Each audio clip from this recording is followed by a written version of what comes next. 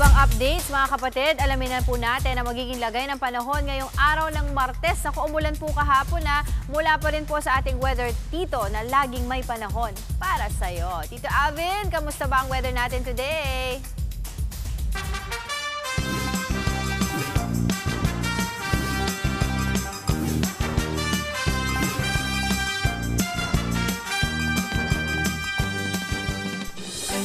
Good morning, Angela, at good morning mga kapatid. Weather update po muli tayo ngayong araw ng Martes. Nakalabas na ng ating Philippine Area of Responsibility itong ating low pressure area. Wala na po yan direktang epekto sa anumang bahagi ng ating bansa. Yan po ay huling namata ng Pag-asa sa layong around 455 kilometers north o hilagang bahagi ng Pag-asa Islands.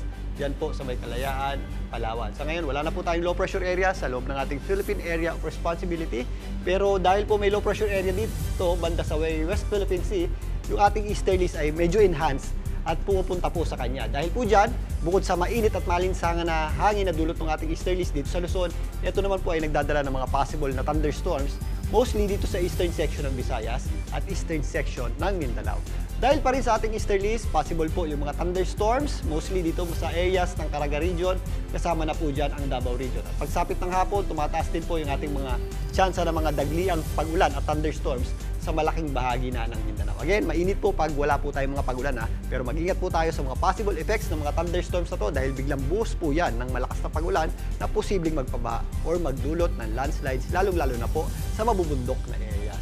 Ito ring easterlies natin ay nagdadala rin po ng mataas na tsansa ng pag-ulan at mga possible thunderstorms dito sa area ng Eastern Visayas. Relatively maliwalas naman ang panahon natin sa natitirang bahagi ng Visayas, kasama na po dyan ng Palawan. If ever may mga pag-ulan po tayo, ito po yung mga isolated lamang o mga dagliang pag-ulan na nangyayari tuwing hapon at gabi. Dito rin sa Metro Manila or dito po sa malaking bahagi ng Luzon, kasama na po dyan ang Metro Manila, mainit at maalinsangan pa rin po ang ating panahon. Bihira po yung ating mga pag-ulan, pero if ever may mga pag-ulan tayo, ito po ay mga isolated lamang na kadalasang nangyayari tuwing hapon at gabi. Kagaya po ng nangyari kagabi, dito po sa malaking bahagi ng Central Luzon. Nag-umulan din po kagabi dito po sa Metro Manila. Isolated lamang po yan, dulot ng ating enhanced easterlies na hinihila ng ating low pressure area. Again, kapag wala po tayong mag-ulan, mga pag-ulan, asahan pa rin po natin ang matinding init at alinsang panahon. Sa katunayan ngayong araw, posibleng umabot sa hanggang 45 degrees Celsius yung ating heat index.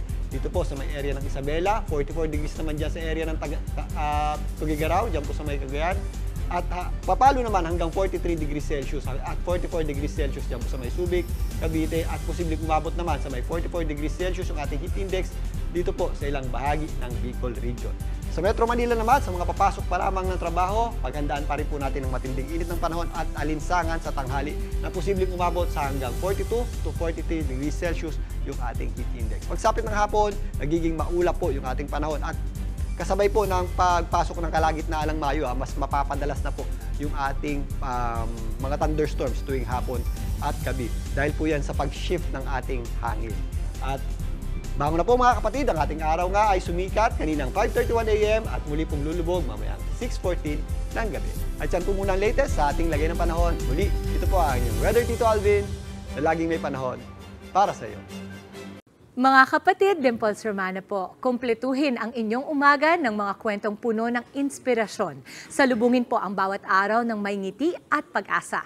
Kaya't mag-subscribe na po at mag-follow na sa aming social media pages ng News 5.